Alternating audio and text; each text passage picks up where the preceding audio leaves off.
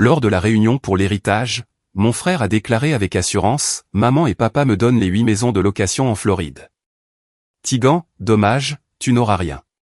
Tout le monde a applaudi. J'ai simplement souri et dit, « Papa, tu ne le sais vraiment pas, n'est-ce pas ?» Il s'est figé, comme si son cœur avait lâché. Mon frère a hurlé, « Savoir. » Quoi? Lors de la réunion pour l'héritage dans notre maison familiale à Tampa, mon frère aîné, Ryan, s'est levé comme si la pièce lui appartenait, a tapoté son verre et a annoncé avec le plus grand des sourires, « Maman et papa ont décidé de me laisser les 8 propriétés locatives en Floride. » Tegan, désolé, tu n'as rien. La pièce a explosé. Des acclamations, des sifflets. Quelqu'un a même crié, « Enfin !» Des cousins lui ont tapé dans le dos. Sa fiancée, Brooke, rayonnait comme si elle venait de gagner au loto. Et maman s'éponguait les yeux, versant cette petite larme de fierté. Je n'ai pas applaudi. Je n'ai même pas scié. J'ai juste regardé papa droit dans les yeux et j'ai dit, calme comme toujours, papa. Tu as oublié une chose, n'est-ce pas? Sa fourchette s'est immobilisée à mi-chemin de sa bouche. Le sourire de Ryan a disparu. Brooke s'est arrêtée en pleine gorgée. 30 personnes sont soudainement devenues silencieuses. On pouvait entendre le bourdonnement de la climatisation. Et en cette unique seconde, chaque personne dans cette pièce a su que le scénario qu'ils avaient répété pendant des mois était sur le point de partir en fumée. Avant de vous dire exactement ce que mon père a oublié et comment le reste de cet après-midi a bouleversé toute la famille, laissez un commentaire pour me dire d'où vous regardez ce soir. J'aime toujours savoir que je ne suis pas la seule à m'être assise à une table pleine de gens qui juraient vous aimer juste avant de vous montrer ce qu'ils pensaient vraiment. Appuyez sur le bouton « J'aime » si vous avez déjà du sourire pendant que toute votre famille applaudissait votre chute, car croyez-moi, ce qui s'est passé ensuite a fait regretter à chacun d'entre eux d'avoir applaudi si vite. Maintenant, laissez-moi vous ramener en arrière pour vous expliquer comment nous en sommes arrivés là. Je m'appelle Tegan Whitaker, et si vous aviez rencontré ma famille avant cette réunion pour l'héritage, vous auriez probablement pensé que nous étions l'incarnation parfaite de la réussite en Floride. Grande maison à South Tampa, bateau dans l'allée. Sourire de carte de Noël chaque décembre. Mais ces photos ne montraient jamais la hiérarchie silencieuse qui régissait tout derrière les portes closes. Ryan a toujours été le fils autour duquel tout le monde gravitait. Dès son retour de l'hôpital, les gens le remarquaient. On l'écoutait en premier, le plus longtemps, on lui pardonnait le plus vite. Entraîneur de la petite ligue, quarterback au lycée, le fils qui est resté dans la région et a aidé à gérer les propriétés locatives de grand-mère Margaret dès qu'il a eu son diplôme. Chaque barbecue familial se terminait par quelqu'un qui lui tapait dans le dos en lui disant qu'il était l'avenir du nom Whitaker. Il s'en imprégnait comme si c'était de l'oxygène. J'ai appris très tôt que je vivais dans l'ombre qu'il projetait. Les professeurs confondaient nos noms jusqu'à ce que Ryan les corrige en riant. Pour les anniversaires, son gâteau passait en premier. Ses cadeaux étaient ouverts le plus bruyamment, ses histoires racontées à table tandis que les miennes restaient enfouies en moi. Quand j'ai demandé des cours de soutien en mathématiques au collège, maman a dit que l'argent était serré parce que Ryan avait besoin de nouveaux crampons. Quand j'ai été accepté à l'université de Géorgie avec une bourse complète, le seul commentaire de papa a été « Il faut bien que quelqu'un quitte la Floride ». Alors, je l'ai fait. Le jour de mes 22 ans, j'ai tout mis dans ma vieille Civic et j'ai roulé vers le nord sur l'île 75 jusqu'à ce que Tampa ne soit plus qu'une lueur dans le rétroviseur. Atlanta m'a offert la première vraie bouffée d'air que j'ai jamais prise sans l'ombre de quelqu'un d'autre sur mon visage. J'ai commencé comme analyste junior dans une société d'immobilier commercial du centre-ville, analysant des chiffres sur des complexes d'appartements et des centres commerciaux, apprenant comment fonctionnent les actes de propriété, les fiducies, comment la propriété peut être transférée discrètement et de manière permanente quand quelqu'un sait ce qu'il fait. Je rentrais toujours à la maison, mais seulement quand grand-mère Margaret le demandait. Elle était la seule personne qui ne m'ait jamais comparé à Ryan. Qui ne m'ait jamais demandé pourquoi je ne pouvais pas simplement être heureuse ici, comme ton frère. Elle s'asseyait sur sa véranda grillagée surplombant la baie, ses cheveux argentés relevés avec un crayon, et m'écoutait parler de taux de capitalisation et de résumés de beaux comme si c'était de la poésie. Certains week-ends, elle me donnait les clés de l'une des maisons de location et me disait de la visiter seule, de sentir le poids de la vraie propriété, même si personne d'autre ne le savait encore. Ces visites étaient aussi mon oxygène. Elle ne m'a jamais appelée « l'intelligente » ou « l'indépendante », comme le faisaient les proches quand ils voulaient paraître gentils. Elle me regardait vraiment, et disait des choses comme « Tu vois les choses clairement, tes gants. C'est plus rare que l'argent. » Quand je partais le dimanche soir, elle me mettait un thé glacé bien frais dans la main et me rappelait que le trajet ne durait que 9 heures, pas une vie entière. Tout le monde a cessé de remarquer ma présence dans la pièce. Les appels de maman se sont réduits à des textos pour les vacances. Papa n'appelait que si Ryan avait besoin d'aide pour conclure une affaire sur l'une des propriétés. Je suis devenue la fille qui faisait son truc, ce qui, dans notre famille, signifiait celle dans laquelle personne n'avait plus besoin d'investir. Je ne détestais pas Ryan pour ça. La haine aurait nécessité une énergie que je refusais de donner. J'acceptais simplement les règles. Comme on accepte l'humidité en juillet, on s'habille plus légèrement, on continue d'avancer, on ne perd pas son souffle à se plaindre. Atlanta m'a promu analyste immobilier senior il y a 2 ans. J'ai acheté un petit appartement à Midtown, je l'ai rempli de plantes qui survivaient parce que personne d'autre n'était là pour oublier de les arroser, et j'ai construit une vie où ma valeur n'était pas mesurée à l'aune de la lumière des projecteurs de quelqu'un d'autre. Le seul lien qui restait était grand-mère Margaret. À chaque visite, elle devenait un peu plus mince, un peu plus silencieuse, mais ses yeux restaient vifs. Elle a commencé à poser plus de questions sur les fiducies, sur la manière de protéger les actifs des gens qui aiment trop bruyamment et gèrent trop lâchement. Je répondais honnêtement parce qu'elle était la seule personne qui n'utilisait jamais mes connaissances pour soutenir quelqu'un d'autre. Elle est décédée paisiblement il y a 13 mois. Je suis rentré pour les funérailles, je me suis tenu au fond de l'église pendant que Ryan prononçait l'éloge funèbre. Tout le monde a pleuré et j'ai senti son absence s'installer dans mes os comme une promesse que je ne comprenais pas encore tout à fait. Voilà qui j'étais le jour où je suis retourné dans la maison de Tampa pour la réunion sur l'héritage, à 31 ans, calme, portant 9 ans de distance et la foi inébranlable d'une très vieille femme en moi. Il y a 3 ans, tout a changé sans que personne ne le sache. Grand-mère Margaret m'a appelé un mardi soir et m'a demandé de venir le week-end suivant. Pas d'explication, juste qu'elle avait besoin de mes yeux sur quelque chose. Quand je suis arrivé dans son allée à Old Northeast Saint-Pete, elle attendait déjà sur le porche avec 2 dossiers et une cafetière assez forte pour décaper de la peinture. Elle n'a pas perdu de temps en bavardage. Elle a fait glisser le premier dossier sur la table et m'a dit de lire « Relevé bancaire, registre des revenus locatifs, rapport de dépenses pour les 8 propriétés ». Les chiffres ne mentaient pas. Au cours des 18 mois précédents, plus de 400 000 $ de loyers avaient disparu dans des catégories intitulées « Maintenance », réparation d'urgence, et frais de gestion. Les reçus manquaient ou étaient photocopiés tant de fois qu'ils étaient illisibles. L'écriture sur les quelques reçus existants correspondait à celle de Ryan. Elle m'a regardé tourner les pages, sa bouche une ligne fine. Je lui ai donné l'accès parce qu'il a juré vouloir apprendre le métier, a-t-elle dit. Il s'est avéré qu'il a plutôt appris à le saigner à blanc. J'ai posé la question évidente. Pourquoi ne pas le confronter ? Elle a secoué la tête. Parce que tes parents le défendraient. Dirait que les garçons restent des garçons. Promettrait qu'il remboursera un jour. Le jour où ce d'un jour arrivera, il n'y aura plus rien à rembourser. C'est à ce moment-là qu'elle a ouvert le second dossier. À l'intérieur se trouvaient des projets de documents, une fiducie révocable entre vifs la nommant fiduciaire à vie et, à son décès, moi comme unique fiduciaire successeur et bénéficiaire de chaque propriété locative, plus 8 actes de renonciation prêts à transférer le titre de propriété immédiatement. Tout ce dont elle avait besoin, c'était de ma signature et de 2 témoins. Elle a expliqué cela comme si elle lisait la météo. Une fiducie entre vifs évite l'homologation, garde tout privé. Pas de dépôt public avant son départ. Les actes de renonciation transfèrent la propriété instantanément et discrètement. Une fois enregistrés, ils sont inébranlables. Le notaire en qui elle avait confiance venait lundi matin. Aucun avocat de la famille ne verrait jamais les documents, à moins qu'elle ne le veuille. J'ai demandé pourquoi moi. Elle a regardé l'eau et a répondu sans hésitation. Parce que tu comprends ce que sont réellement ces maisons. 32 familles qui paient leur loyer à temps pour que leurs enfants puissent rester dans la même école. Tu ne joueras pas cela sur des bateaux, des fêtes ou le nouveau jouet qui attirera son attention ce mois-ci. J'ai essayé de soutenir que Ryan deviendrait fou en l'apprenant. Elle m'a coupé la parole. Il ne l'apprendra pas avant qu'il ne soit trop tard pour défaire quoi que ce soit. C'est tout l'intérêt.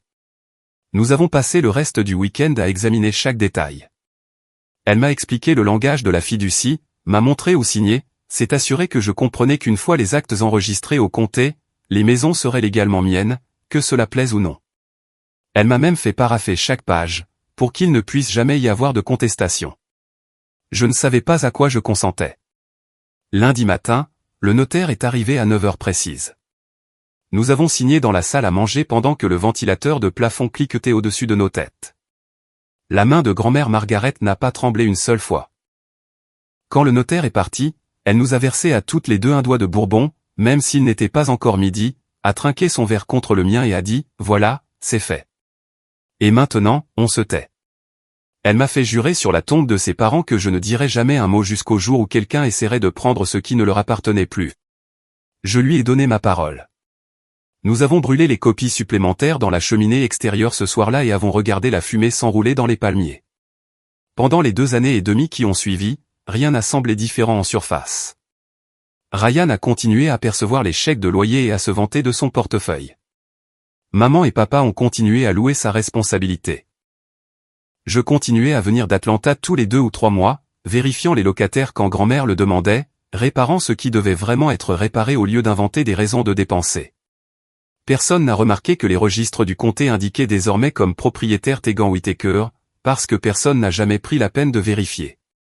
La santé de grand-mère a commencé à décliner plus rapidement après cela. Elle passait plus de jours au lit, moins sur le porche, mais à chaque fois que je lui rendais visite, elle posait la même question. Toujours notre secret. Je répondais toujours oui. C'est devenu notre rituel. 2 mots qui signifiaient tout. La dernière fois que je l'ai vue vivante, elle m'a serré la main si fort que sa bague m'a entaillé la peau. Souviens-toi, a-t-elle murmuré. Les écrits l'emportent sur les promesses, à chaque fois. Puis elle a souri comme quelqu'un qui vient de gagner un pari dont personne d'autre ne connaissait l'existence. Il y a 7 mois, juste après les funérailles de grand-mère, maman m'a appelé et m'a demandé de rester un jour de plus. Nous devons parler des propriétés, a-t-elle dit, la voix douce comme si elle annonçait une mauvaise nouvelle. Tout le monde vient à la maison demain. Je savais ce que cela signifiait. Toute la famille tournant autour de la succession avant même que le testament ne soit lu. J'ai failli dire non, mais quelque chose dans son ton semblait définitif, alors j'ai accepté. L'après-midi suivant, la salle à manger ressemblait à une salle de conseil. Papa était assis en bout de table, les manches retroussées, un bloc-notes devant lui. Ryan se prélassait à sa droite, les jambes étendues, agissant déjà comme le nouveau propriétaire. Maman continuait de remplir les tasses de café. Personne n'en buvait. Une pile de documents attendait au centre, net et officiel. Papa a poussé la première page vers moi. C'est juste une simple renonciation, a-t-il commencé.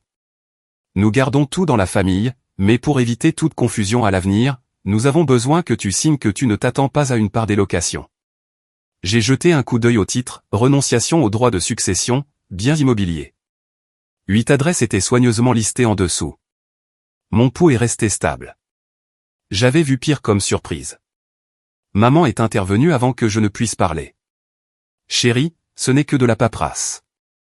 Ryan reste ici pour tout gérer au quotidien. Il est logique qu'il ait le plein contrôle. Cela permet de garder les choses paisibles. Ryan a souri d'un air suffisant, faisant tourner un stylo entre ses doigts. Oui, Tegan. Personne ne veut impliquer d'avocat. Signe ça et tout ira bien. J'ai repoussé le papier d'1 pouce. Je ne signe rien. La température de la pièce a chuté. Les sourcils de papa se sont haussés. La main de maman s'est figée sur la cafetière. Papa s'est ressaisi le premier. Allons, ne sois pas difficile. Il ne s'agit pas de te prendre quoi que ce soit. C'est une question de clarté. Je l'ai regardé droit dans les yeux. Je ne renoncerai pas à ce que grand-mère me destinait. Silence. Ryan a arrêté de faire tourner le stylo. Maman a essayé la carte de l'émotion. Ta grand-mère voulait que la famille soit prise en charge. Elle détesterait nous voir nous disputer. Je n'ai pas scié. Elle n'est pas là pour voir quoi que ce soit, n'est-ce pas? Et je ne me bats pas. Je ne renonce simplement pas à mes droits. Papa s'est penché en avant, la voix basse comme quand j'avais 10 ans et que j'étais en retard pour le couvre-feu. Tegan, nous essayons de faire cela de la manière la plus simple. Ryan a consacré des années à ces maisons. J'ai failli rire. Des années à mettre de l'argent dans sa propre poche, peut-être. Ryan a finalement parlé, l'irritation perçant à travers son jeu d'acteur décontracté. Tu vis à Atlanta. Tu n'en veux même pas. Pourquoi rendre les choses difficiles? Parce qu'elles ne sont pas à vous de les donner, ai-je dit.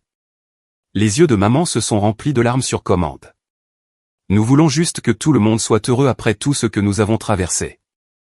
Perdre maman. Coup classique. Évoquer le décès récent. Rendre le refus cruel. Je me suis levé.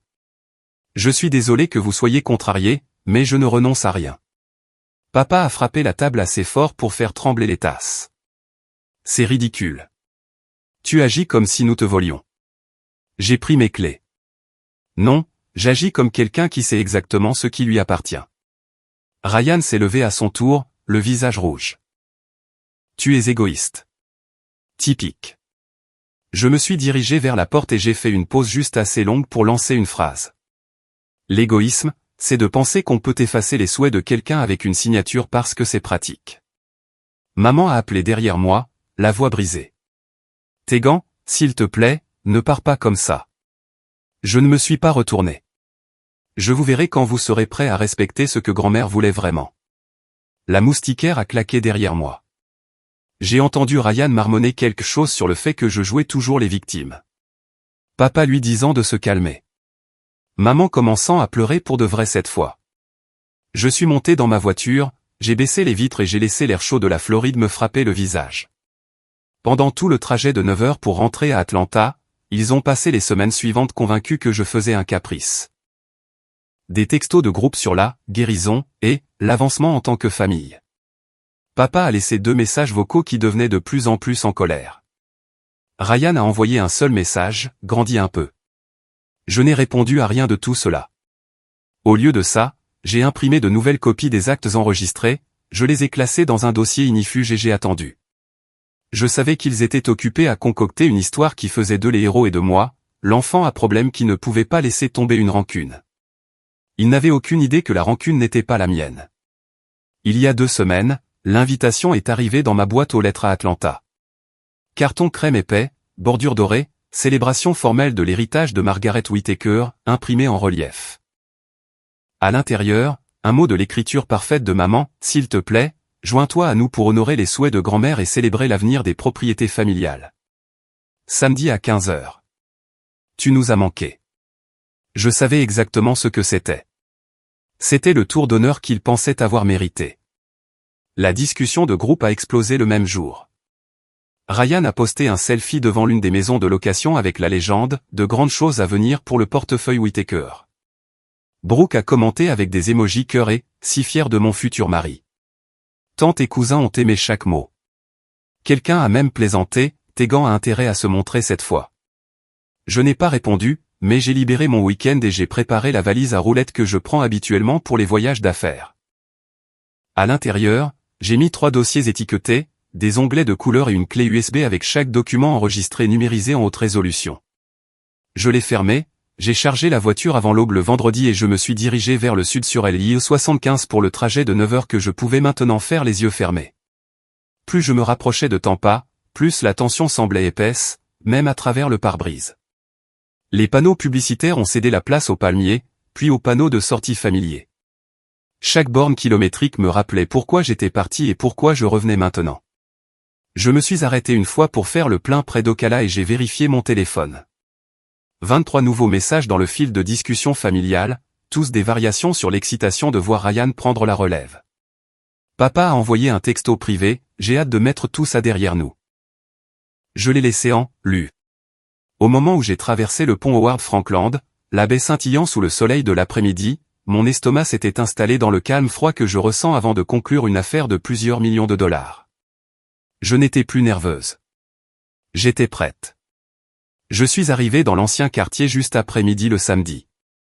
Des voitures bordaient déjà la rue, des cousins d'Orlando, l'oncle Ray de Naples, le gestionnaire immobilier qui envoyait les chèques de loyer à la mauvaise personne depuis des années. Des tentes blanches parsemaient le jardin, des traiteurs déchargeaient des plateaux de crevettes et de mini-gâteaux de crabe. Un barman s'installait sous le chêne. Ce n'était pas une réunion. C'était un couronnement. Maman m'a repéré depuis l'allée et s'est précipitée vers moi en talons et perles, les bras ouverts comme si de rien n'était. Tu es venu. Tout le monde demande après toi.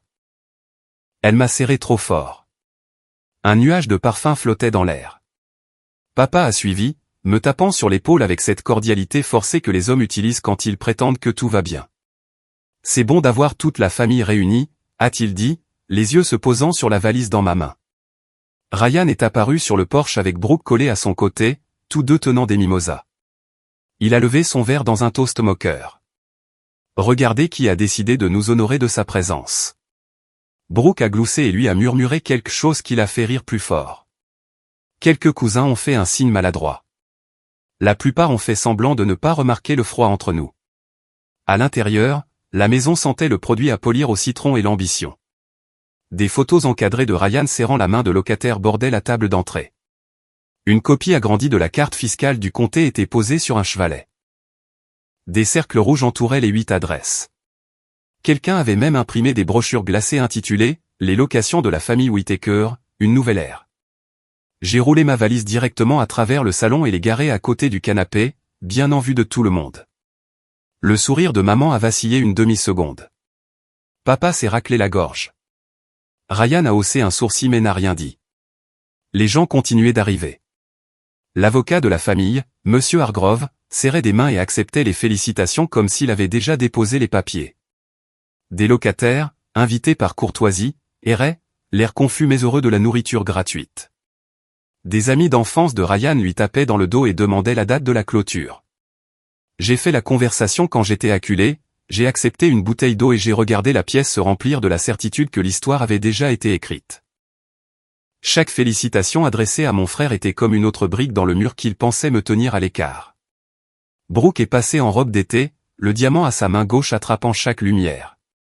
Ce sera notre avenir, a-t-elle dit à un groupe de tantes, en désignant les brochures. 8 flux de revenus réguliers avant même de nous dire oui. Ryan rayonnait, le bras autour de sa taille, acceptant les louanges comme si c'était son droit de naissance. Je me tenais près de la fenêtre, la poignée de la valise toujours dans ma main, comptant les visages. 32 personnes, environ. Assez de témoins pour que personne ne puisse prétendre plus tard ne pas avoir vu ce qui allait arriver. Le salon était bondé quand Ryan s'est finalement levé, une flûte de champagne levée haut, sa voix portant par-dessus toutes les conversations comme s'il l'avait répété pendant des semaines. Je veux juste remercier maman et papa de m'avoir fait confiance avec l'héritage de grand-mère Margaret, a-t-il commencé, arborant ce sourire étudié. À partir d'aujourd'hui, les 8 propriétés locatives sont officiellement à mon nom. La tradition familiale continue, plus forte que jamais. Les verres se sont levés. Des acclamations ont parcouru la pièce. Quelqu'un a crié « à Ryan ». Un cousin a commencé à applaudir et les autres ont suivi jusqu'à ce que le son ricoche sur les murs. J'ai attendu que le bruit atteigne son apogée, puis j'ai fait rouler la valise vers l'avant, les roues cliquetant sur le parquet. Toutes les têtes se sont tournées.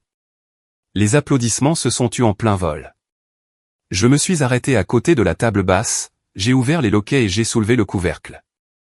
30 paires d'yeux se sont fixés sur les piles bien rangées à l'intérieur. Papa a retrouvé sa voix le premier. « Tes gants, qu'est-ce que c'est ?» Je ne lui ai pas encore répondu.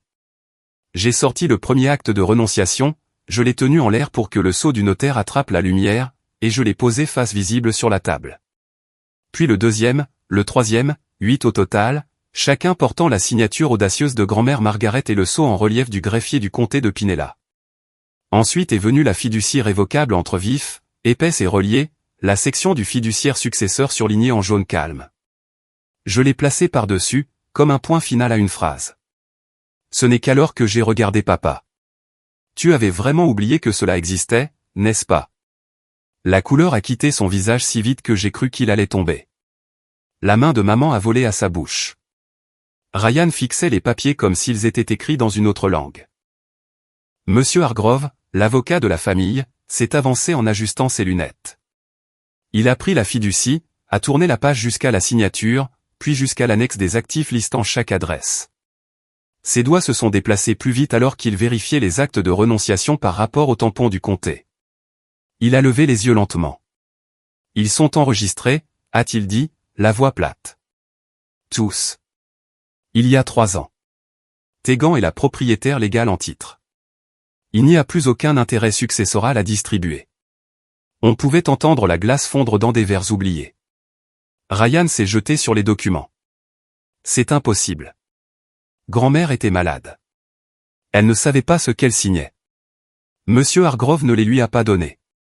J'ai notarié des documents similaires pour Margaret moi-même. L'écriture correspond. Le notaire est agréé et présent dans les registres du comté. Ces documents sont contraignants. J'ai enfin parlé à nouveau, calme et clair. Grand-mère savait exactement ce qu'elle faisait. Elle s'est assurée que les maisons iraient à quelqu'un qui protégerait les locataires, pas à quelqu'un qui les saignerait. Papa a essayé de se lever, s'est rassis lourdement. Elle ne nous l'a jamais dit. Non, ai-je dit. Elle ne l'a pas fait. Le visage de Ryan s'est tordu. Tu as caché ça tout ce temps. Tu nous as laissé tout planifier. Je vous ai laissé planifier ce que vous pensiez être à vous, ai-je coupé. Grand-mère m'a demandé d'attendre que quelqu'un essaie de prendre ce qu'elle avait déjà donné. Aujourd'hui semblait être le bon jour. Monsieur Hargrove a fermé la fiducie avec un bruit sourd qui sonnait définitif. Légalement, l'affaire est réglée. Les propriétés appartiennent à Tegan. Fin de la discussion. Les tantes se sont agitées sur leurs chaises. Les cousins ont échangé des regards. Le gestionnaire immobilier qui félicitait Ryan 5 minutes plus tôt semblait maintenant vouloir disparaître dans le tapis. Maman a trouvé un murmure. Comment as-tu pu faire ça à ton propre frère? J'ai rencontré ses yeux. Je n'ai rien fait. C'est grand-mère qui l'a fait. Je ne fais que respecter ses volontés. Ryan a claqué son verre si fort que la tige s'est cassée. Le champagne s'est répandu sur la table, imbibant le coin d'un acte. Je n'ai pas bronché.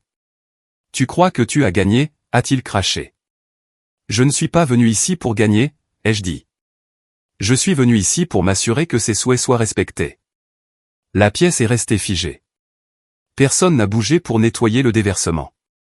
Personne n'a bougé du tout. Le verre de Brooke lui a glissé des mains et s'est brisé sur le sol, le champagne éclaboussant les chaussures et les chevilles. Elle ne s'est pas penchée pour ramasser les morceaux. Elle m'a juste regardé, bouche bée, puis a regardé Ryan, puis à nouveau les papiers. Sans un mot, elle a attrapé son sac à main, a bousculé 2 cousins et est sortie directement par la porte d'entrée. La moustiquaire a claqué derrière elle. Personne n'est allé la chercher. Le visage de Ryan est passé du rouge au violet. Il a arraché la fiducie des mains de Monsieur Hargrove et a commencé à tourner les pages frénétiquement. C'est un faux, a-t-il crié. Elle l'a falsifié. Grand-mère était sous analgésique la dernière année. Elle ne savait pas quel jour on était. Monsieur Hargrove a repris le document, calme comme toujours. Il s'est tourné vers la page de signature et a commencé à lire à voix haute, lentement et délibérément. Article 4, section 2. Au décès de Margaret Whittaker, tous les biens immobiliers listés dans l'annexe A passeront immédiatement au fiduciaire successeur Tegan Whittaker, libre de toute homologation. Il a continué, la voix stable, chaque clause un clou de plus. Quand il a atteint la reconnaissance notariale et les dates d'enregistrement, les cris de Ryan se sont estompés en une respiration lourde. Du coin près du couloir, Dylan s'est avancé. Mon frère du milieu, le silencieux qui avait passé des années à se fondre dans les murs, a parlé pour la première fois de l'après-midi. Elle dit la vérité, a-t-il dit. Toutes les têtes se sont tournées. J'étais là le jour où grand-mère a signé. Elle m'a demandé de la conduire chez le notaire parce qu'elle ne voulait pas que maman ou papa le sachent. J'ai attendu dans la voiture. Elle est sortie en souriant. Ryan s'est tourné vers lui. Tu savais et tu n'as rien dit. Dylan a soutenu son regard. Elle m'a fait promettre la même chose qu'à Tegan. Certaines promesses comptent plus que de maintenir la paix. Maman s'est effondrée sur le canapé, les mains sur le visage, les épaules secouées de sanglots. Papa a vieilli de 10 ans en 10 secondes. Il s'est laissé glisser à genoux, là, sur le tapis, tendant la main vers moi comme si j'étais la dernière chose solide dans la pièce. Tegan, chérie, s'il te plaît. Nous ne savions pas. Nous pouvons arranger ça. Nous allons tout refaire. Ne prends pas tout à ton frère. Sa voix s'est brisée sur le dernier mot. Des larmes coulaient sur ses joues. Des vraies, cette fois. Maman a tendu la main vers la mienne, le mascara striant son visage. Nous pensions faire ce qui était le mieux pour la famille.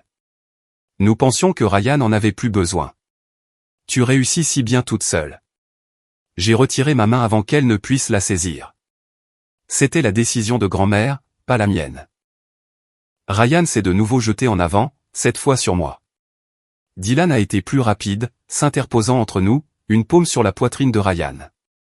Recule, a dit Dylan, d'une voix basse et ferme. Ryan s'est arrêté, respirant fort, les poings serrés mais inutiles. Tante et oncle se tenaient figés, certains avec des téléphones à moitié levés, enregistrant, d'autres regardant le sol.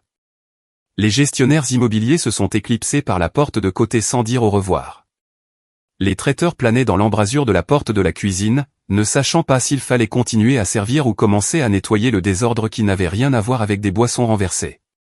Papa est resté à genoux. Nous vendrons les bateaux. Nous prendrons des deuxièmes hypothèques. Tout ce qu'il faudra pour arranger ça. Maman sanglotait plus fort. Nous sommes tellement désolés. S'il te plaît, ne nous déteste pas. Je les ai regardés tous les deux, puis Ryan tremblant de rage, puis Dylan se tenant fermement à côté de moi pour la première fois de notre vie. Je ne vous déteste pas, ai-je dit. Mais j'en ai fini de réparer les choses pour des gens qui ne m'ont jamais considéré comme faisant partie de la solution. J'ai fermé la valise, les verrouillé et j'ai redressé la poignée. Monsieur Hargrove s'est raclé la gorge. Je préparerai les avis nécessaires à tous les locataires et institutions financières dès lundi matin. Le transfert de propriété est déjà complet. C'est purement administratif. Ryan a émis un son comme celui d'un animal blessé. Maman pleurait à chaudes larmes dans un coussin. Papa fixait simplement le sol. J'ai pris mes clés. 3 mois plus tard, la poussière était retombée, mais rien n'était plus pareil. Le nom de Ryan a disparu de chaque bail, de chaque compte bancaire, de chaque contrat de fournisseur lié aux 8 propriétés. Les locataires ont commencé à recevoir de nouvelles instructions de paiement avec mon nom en tête. La plupart d'entre eux n'ont même pas remarqué le changement. Le loyer est resté le même, les réparations ont été faites plus rapidement, et personne n'a plus essayé de leur facturer de faux travaux de toiture. L'avis du fisc est arrivé la semaine après la réunion. Il s'est avéré que des années à déduire des vacances personnelles comme des inspections de propriété et des camions neufs comme des véhicules d'entretien avaient finalement eu des conséquences. Ils ont gelé ce qui restait des comptes de Ryan et ont mis un privilège sur tout ce qui était encore à son nom. Il a engagé un avocat avec de l'argent qu'il n'avait pas et a perdu quand même. La pénalité finale s'est élevée à un peu plus de 6 chiffres. Il la rembourse toujours avec un plan de paiement qui le suivra pendant des années. Maman et papa ont mis la grande maison en vente 30 jours plus tard. Les bateaux sont partis en premier, puis les jet skis, puis la collection de bijoux de maman. Ils ont déménagé dans un appartement de 2 chambres près de Carolwood avec vue sur un parking au lieu de la baie. Papa a pris une retraite anticipée parce que le stress lui donnait des palpitations cardiaques. Maman a commencé à travailler à temps partiel dans une boutique pour payer les courses. Ils ont cessé d'organiser les fêtes. Personne n'avait envie de célébrer. Brooke a renvoyé la bague par la poste. Sans un mot. Ryan a emménagé dans un studio en centre-ville et a pris un travail de vendeur de voitures sur Dalmabry. Il passe encore devant les locations. Parfois, il ralentit, regarde, puis accélère quand il voit mon panneau de gestion dans la cour. Dylan m'envoie un texto toutes les 2 ou 3 semaines. Juste de courtes nouvelles, rien de lourd. C'est le seul à qui je réponds. Il dit que le reste de la famille parle de moi au passé, comme si j'étais morte à la place de grand-mère Margaret. Je lui dis que ça me va. Je suis resté à Atlanta. Les revenus locatifs couvrent mon hypothèque et plus encore. J'ai engagé une société de gestion locale dirigée par des femmes qui rappellent réellement dans l'heure. Le taux de vacances a baissé, la satisfaction des locataires a augmenté, et chaque mois, les chiffres atterrissent sur mon compte, propre et silencieux. J'ai acheté 2 autres propriétés le trimestre dernier, de plus petites affaires, mais les miennes depuis le premier jour. Pas un seul membre de la famille n'a essayé de me contacter directement. Pas de lettres, pas de courriel, pas de visites impromptues. Le dernier message vocal que j'ai reçu était de maman il y a 2 mois, pleurant, me demandant si je viendrais pour Noël. Je n'ai pas rappelé. Je l'ai supprimé et j'ai bloqué le numéro le même jour. Certains soirs, je m'assois sur mon balcon à Midtown, les lumières de la ville en dessous, et je pense à la petite fille qui suppliait pour des cours de soutien en mathématiques pendant que son frère avait de nouveaux crampons. Cette fille a appris que le monde récompense la voix la plus forte dans la pièce jusqu'à ce que quelqu'un décide enfin de parler avec des preuves. Les liens du sang ne garantissent pas la loyauté. Ils ne l'ont jamais fait. La seule chose qui m'ait jamais protégé, c'est une vieille femme qui a vu l'avenir assez clairement pour le mettre par écrit, et une promesse que j'ai tenue quand cela comptait le plus. J'ai toujours le dossier ignifuge. Chaque acte, chaque page de fiducie, chaque tampon enregistré s'y trouve, sur l'étagère supérieure de mon placard. Je ne le regarde pas souvent. Je n'en ai pas besoin. Les maisons paient les factures. Les locataires restent heureux. Et mon téléphone reste silencieux de quiconque s'est un jour appelé ma famille. Grand-mère Margaret avait raison. Les écrits l'emportent sur les promesses, à chaque fois. Et certaines portes, une fois que vous les fermez, restent fermées pour de bon. Si vous avez déjà eu à choisir entre la famille dans laquelle vous êtes né et la paix que vous vous êtes construite, dites-moi dans les commentaires d'où vous regardez ce soir. Parce que parfois, le plus difficile n'est pas de partir. C'est de refuser de revenir.